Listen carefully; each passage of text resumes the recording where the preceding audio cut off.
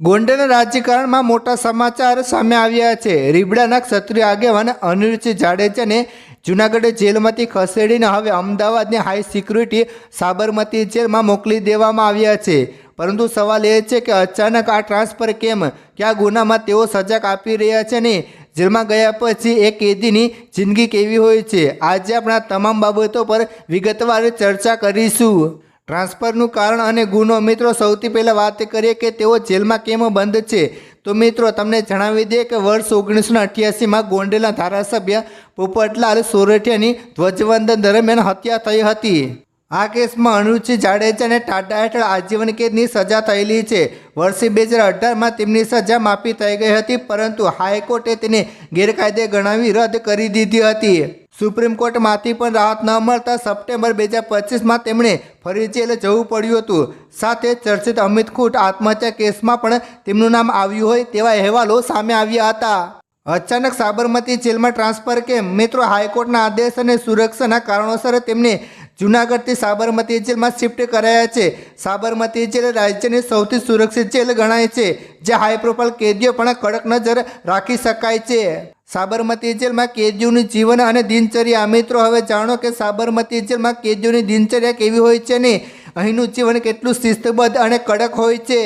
જેલમાં સવારે 7 વાગ્યે બેરેકના દરવાજા ખુલે છે, કેદીઓની ગણતરી કરવામાં આવે છે, ત્યારબાદ તેમને સવારનો નાસ્તો અને ચા આપવામાં આવે છે। સાબરમતી જેલ સુધાર ગૃહ તરીકે પણ જાણીતી છે, જે કેદીઓ પાકા કામના હોય છે તેમને જેલની ફેક્ટરી, રસોડું અથવા બગીચામાં કામ સોંપવામાં આવે છે। અહીં ભજીયા અથવા લૂમ્સ અને ફર્નિચર બનાવવાનું પણ કામ થાય છે। બપોરનું ભોજન। મિત્રો, ગુજરાતની જેલોમાં બપોરનું જમવાનું વહેલું આપી દેવામાં આવે છે। જમ્યા પછી કેદીઓને ફરી બેરેકમાં પૂરી દેવામાં આવે છે। બપોરે 3 વાગ્યા પછી ફરી બેરેક ખુલે છે અને કેદીઓને ચા મળે છે। જેઓ ભણવા માંગતા હોય તેમના માટે ઇગ્નુ અને આંબેડકર યુનિવર્સિટીના કોર્સની સુવિધા પણ હોય છે। સાંજે 5:30 વાગ્યાની આસપાસ સાંજનું જમવાનું આપી દેવામાં આવે છે। સૂર્યાસ્ત પહેલાં ફરી એકવાર કેદીઓની ગણતરી કરી તેમને બેરેકમાં લોક કરી દેવામાં આવે છે।